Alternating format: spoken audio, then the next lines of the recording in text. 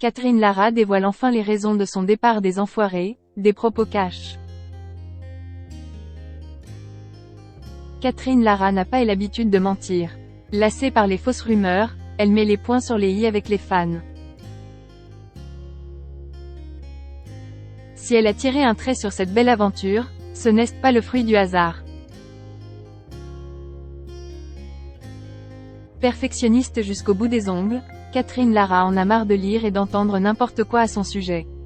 On vous dit tout. Catherine Lara, en roue libre.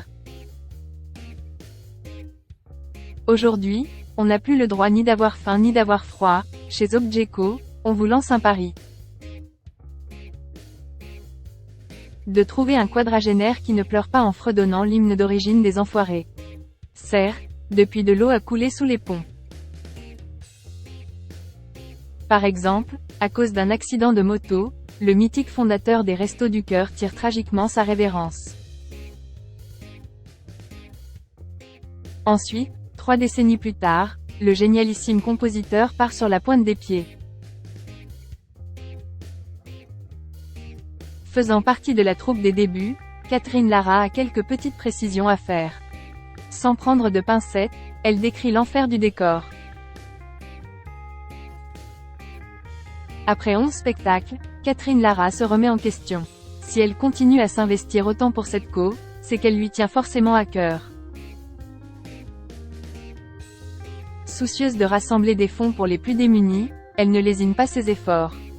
Hélas, cette tâche compliquée l'épuise moralement et physiquement. Donc, contre toute attente, elle jette l'éponge. Entre 2012 et 2022, elle se consacre uniquement à sa carrière solo. Ne donnant plus de son nid d'image à la bande d'artistes, elle les surveille de loin. Sans cesse en évolution, un vent de révolte souffle en coulisses.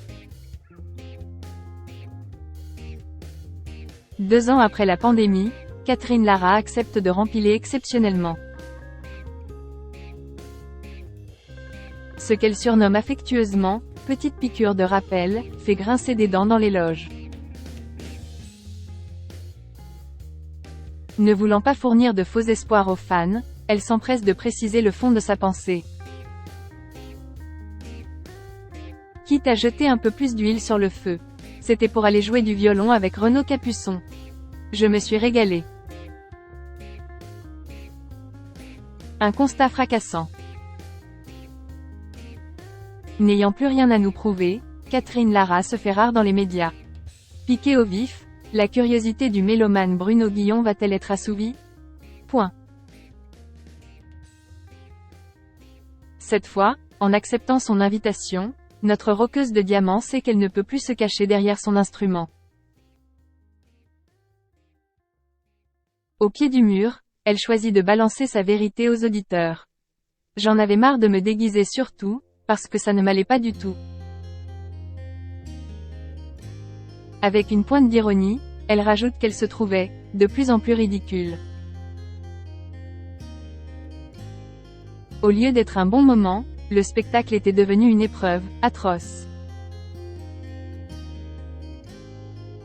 Remarquant que les jeunes générations acceptent cette partie du contrat, elle en profite pour prendre la poudre d'escampette. Tout au long de sa carrière, Catherine Lara n'en a fait qu'à sa tête. À l'exception de duos avec des musiciens de sa trempe, il ne semble pas encore né celui qui pourra la convaincre.